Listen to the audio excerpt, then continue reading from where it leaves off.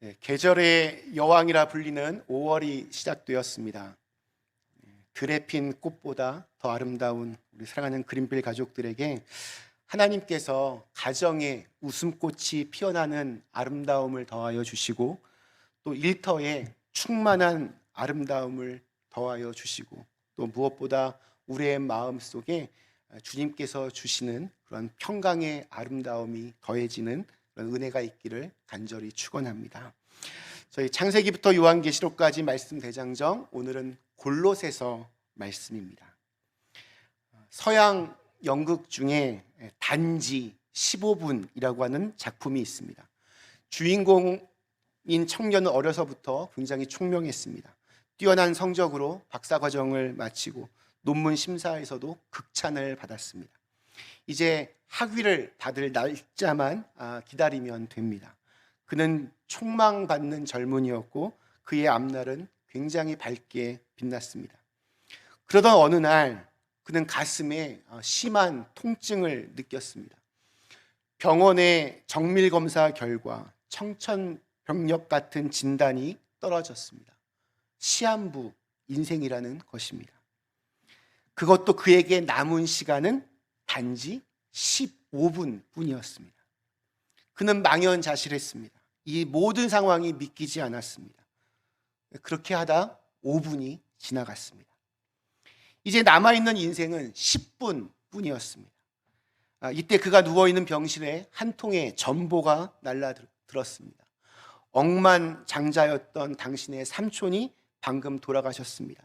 그의 재산을 상속할 사람이 당신뿐이니 속히 상속 절차를 밟아 주십시오. 죽음을 앞둔 그에게 재산은 아무 소용이 없었습니다. 그렇게 운명의 시간은 또다시 줄어들었습니다. 또 하나의 전보가 도착합니다. 당신의 박사학위 논문이 올해 최우수 논문상을 받게 된 것을 알려드립니다. 축하드립니다. 이 축하의 전보도 그에게는 아무런 위안이 되지를 못했습니다. 그리고 다시 절망에 빠진 그에게 또 하나의 전보가 날라왔습니다. 그토록 애타게 기다리던 사랑하는 연인으로부터 온 결혼 승낙이었습니다. 하지만 그 전보도 그의 운명의 시간을 멈추게 할 수 없었습니다. 마침내 15분이 그렇게 다 지나가고 그는 숨을 거두게 됩니다. 이 연극에서 이 청년의 삶은 우리의 그 짧은 인생의 모습을 잘 보여주고 있습니다. 우리는 지금 무엇을 추구하며 어디를 향해서 가고 있습니까? 정말 나에게 지금 필요한 것은 무엇입니까? 또 내가 정말로 원하는 것은 지금 무엇입니까? 우리는 행복한 삶을 원합니다. 대부분의 사람들은 건강할 때, 돈 잘 벌 때, 모든 일들이 술술 잘 풀릴 때에만 그때만 행복한 것처럼 그렇게 살아갑니다. 근데 우리의 삶의 내면을 들여다보면 사람들은 한결같이 근심, 걱정 속에 살아가는 것을 볼 수 있습니다.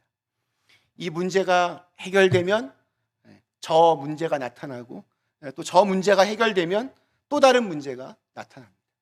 산 넘어 산입니다.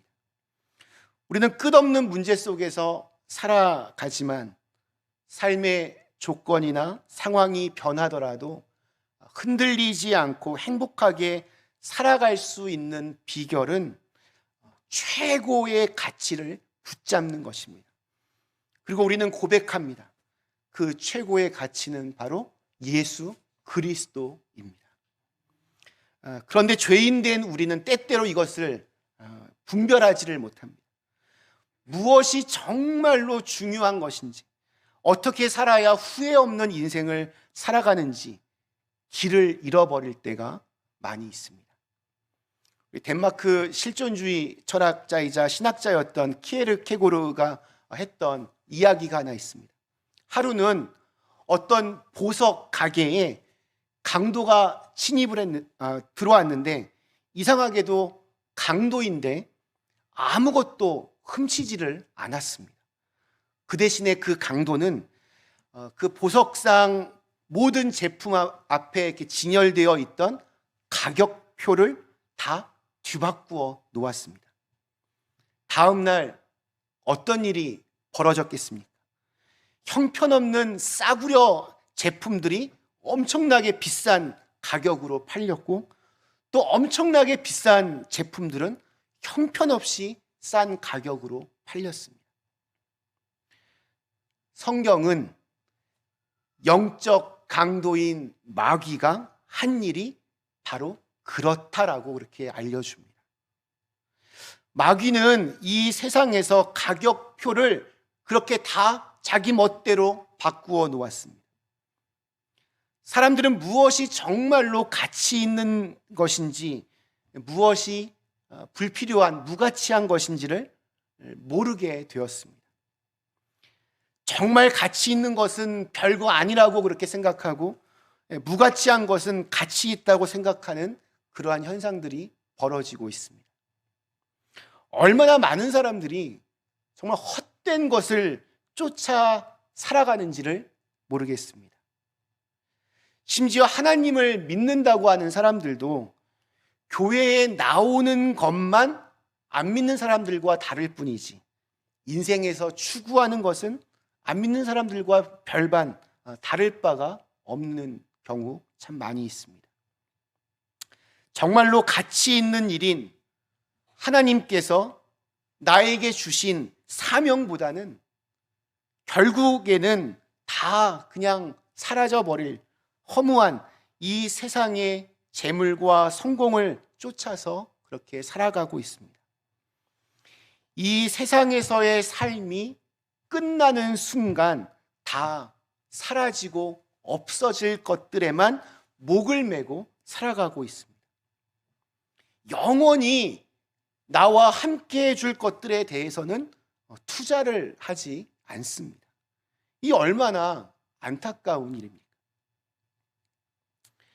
미술상들이 미술 작품 진품인지 가짜인지를 분별하고 작품의 그 가격을 매기는 중요한 기준 중에 하나는 그 그림 어느 쪽에 작가의 서명이 있는가 없는가라고 합니다. 그림이 너무나 멋지고 아름다워도 거기에 뭐 진짜 미켈란젤로의 서명이 있느냐, 반 고흐의 서명이 있느냐, 피카소의 서명이 있느냐, 이게 정말로 중요합니다. 그 모조 작가들도 아주 똑같이 그 그림을 그릴 수 있습니다. 그러나 거기에는 그 서명이 없습니다. 그런데 어느 날 이 미술품 시장에 창조주 하나님이 친히 서명하신 작품이 등장했다고 한번 생각해 보십시오. 얼마나 놀라운 일입니까? God, 하나님 이렇게 쓴 작품이 시장에 나왔다. 그런데 실제로 그런 작품이 굉장히 많이 있습니다. 누군지 아십니까? 바로 저와 여러분들입니다. 우리에게 하나님의 친필 사인이 있습니다. 성경은 우리의 인생이 바로 하나님의 형상을 따라 지음받은 하나님의 작품이라고 그렇게 말하고 있습니다. 그런데 문제는 우리가 자신의 인생을 그렇게 고귀하게 여기지 않는다는 것입니다.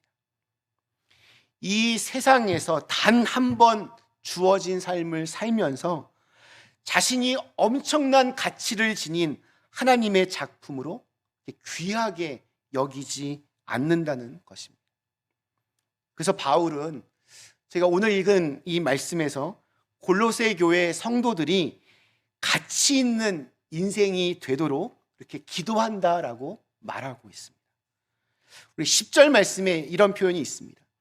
주께 합당하게 행하여 범사에 기쁘시게 하고 모든 선한 일에 열매를 맺게 하시며 하나님을 아는 것에 자라게 하시고. 여기서 주께 합당하게 행하여 라고 하는 것이 우리 영어 성경 NIV에서는 이 구절이 so that you may live a life worthy of the Lord라고 되어 있습니다.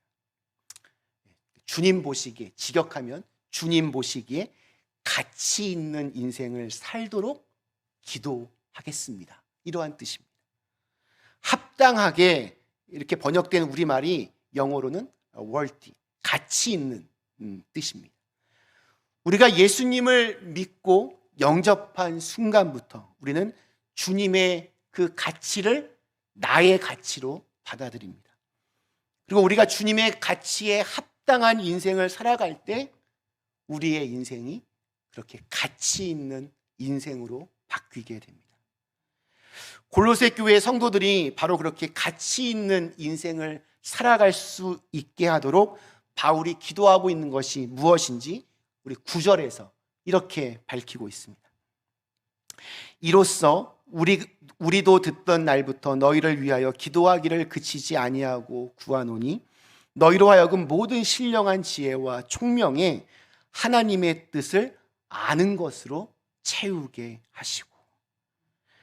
바울은 하나님께서 골로새 교회 성도들에게 모든 신령한 지혜와 총명으로 하나님의 뜻을 아는 지식을 채워주시기를 기도하고 있습니다. 예수님을 믿게 되면 알아야 할 것들이 많이 있는데 그중 무엇보다 더 중요한 것은 하나님의 뜻을 아는 것입니다. 이게 굉장히 중요합니다. 가치 있는 인생을 살아가는 첫걸음입니다. 100년 전 뉴욕에서 목회하던 패드릭 에드워드 마쉬라고 하는 목사님은 그 지역에 성서 대학을 세우면서 학교의 캐치프레이즈 표어로 이러한 말씀을 하셨습니다. 오늘 좀 영어가 자꾸 많이 나옵니다. 좀 어색하셔도 잘 들어주셨으면 좋겠습니다. The will of God, nothing more, nothing less, nothing else. 우리 한국말로 하면 하나님의 뜻, 그 이상도, 그 이하도, 그 어떤 것도 아니다. 참 맞는 말입니다. 한마디로 하나님의 뜻이 전부입니다. 바울은 그리스도인의 삶의 출발점이 하나님의 뜻을 올바로 이해하는 것이라고 로마 교회 성도들에게도 로마서 12장에서 이렇게 이야기합니다. 너희는 이 세대를 본받지 말고 오직 마음을 새롭게 함으로 변화를 받아 하나님의 선하시고 기뻐하시고 온전하신 뜻이 무엇인지를 분별하도록 하라. 하나님의 뜻은 선한 것이고 하나님이 기뻐하시는 것이며 또한 온전한 것입니다.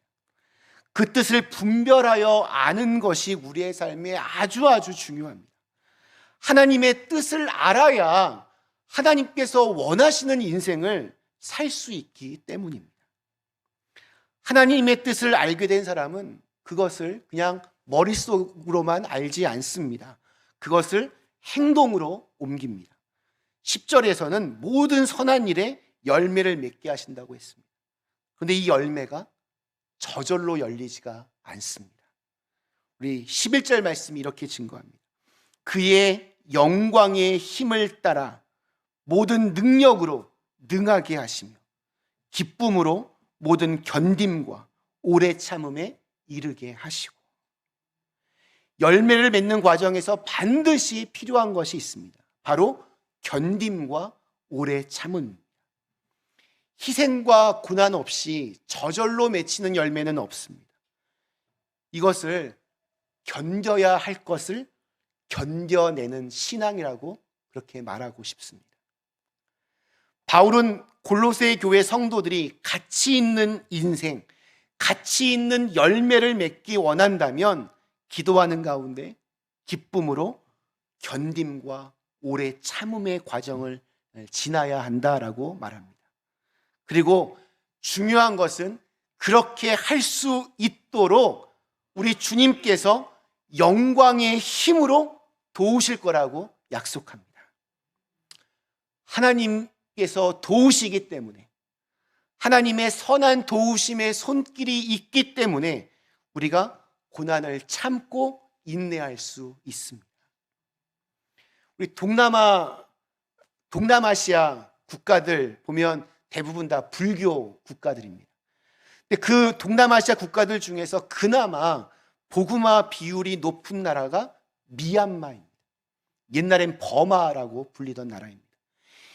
그 나라 인구의 거의 7%가 기독교라고 합니다. 약 300만 명 정도로 이렇게 집계되고 있습니다. 그러한 역사적인 배경에는 미얀마 최초의 선교사였던 아도니람 저드슨이라고 하는 선교사님의 희생과 인내가 있었습니다. 아도니람 저드슨은 미국의 명문 대학인 이 브라운 대학을 졸업한 아주 야심만만한 청년이었습니다. 학교에 다니면서 한 친구의 영향으로 무신론자로 살았습니다. 그러니까 졸업을 앞두고 졸업여행을 갔는데 그 무신론자 친구가 허무하게 죽는 것을 옆에서 지켜보면서 그 일을 계기로 주님 앞에 마음을 열고 무릎을 꿇고 신학교에 진학하여 선교에 헌신하게 되었습니다. 또 그 무렵 앤이라고 하는 여인을 만났고 그녀의 부모에게 편지로 결혼해 줄 것을 요청합니다. 그 편지의 내용이 대략 이렇습니다. 저희는 이 땅에서 두 분이 따님과 다시는 만나실 수 없을지도 모르는 선교의 길로 나가려고 합니다. 결핍과 슬픔, 모욕과 박해, 그리고 고난과 죽음의 위험이 있을지 모를 곳이지만 우리가 그곳으로 그리스도의 복음을 전할 수 있도록 떠나게 허락해 주십시오. 의외로 결혼 허락을 받은 아도니람 저드슨은 1812년 결혼식을 올리고 그 다음날 목사 안수를 받은 다음에 이제 2월 13일 배를 타고 아내와 함께 이 선교지 미얀마로 떠납니다. 1813년 미얀마에 입국해서 선교 활동을 시작한 그는 6년이 지나서야 첫 번째 신자를 성도를 얻게 됩니다. 그곳에서 그는 열대성 열병으로 수십 번 죽음의 위기를 넘겼고 사랑하는 아내와 사별하게 되었고 또 자녀들까지도 잃었습니다. 한때는 스파이 누명을 쓰고 사형 선고를 받은 채 21개월이나 억울한 감옥 생활을 하기도 했습니다. 그러한 고난 중에서도 그는 이 미얀마 언어로 성경을 다 번역을 하고 미얀마어 사전을 편찬하고 복음을 전합니다. 37년 후에 그가 세상을 떠날 때에는 그를 통해서 미얀마에 63개의 교회가 세워졌고 21만 명의 그리스도인들이 나오게 되었습니다. 얼마나 한 사람을 통해 놀라운 일이 주어졌습니다. 이런 견딤과 오래 참음을 통해서 열매를 맺는 인생이야말로 정말로 가치 있는 인생입니다. 그도 사실 하루에도 정말 몇 번씩 집으로 돌아가야 되지 않을까 이런 생각 안 했겠습니까? 그러나 견딤과 오래 참음으로 37년을 견디고 마침내 세상을 떠났을 때 그렇게 많은 열매를 맺게 되었습니다. 여러분과 저도 그런 가치 있는 인생을 살아야 하지 않겠습니까? 인생의 마지막 순간 결코 후회 없는 삶이 되기를 원하지 않으십니까? 그렇다면 오늘의 아픔, 오늘의 고통, 오늘의 수고를 믿음으로 인내하실 수 있기를 기원합니다. 우리가 씨를 뿌리며 나아가는 발자국마다 그런 땀과 눈물로 가득할 수 있어야 합니다. 그렇게 나아갈 때 이 땅에서 참으로 가치 있는 인생을 살게 될 것이고 이 땅을 떠나서 하나님 앞에 서는 순간 잘했다 칭찬받는 주님의 종들이 될 줄로 믿습니다. 말씀 마치겠습니다. 우리 사랑하는 그린빌 가족 여러분, 창세기부터 요한계시록까지 말씀 대장정, 오늘은 골로새서에 나오는 가치 있는 인생을 살아가는 방법에 대해서 살펴보았습니다. 나침판이 없던 시절 뱃사람들은 북극성을 바라보면서 북극성을 향해 돛을 달았다고 합니다. 북극성까지 가려고 그렇게 한 것이 아니었습니다. 칠흑 같은 어둠 속에서도 북극성만은 흔들리지 않고 그들을 이끌어 준다는 것을 알았기 때문입니다. 오늘 마지막 12절 말씀이 이렇게 권면합니다. 제가 현대인의 성경으로 읽어드리겠습니다. 빛의 나라에서 성도들이 얻을 축복에 참여할 수 있는 자격을 우리에게 주신 아버지께 감사하기를 바랍니다.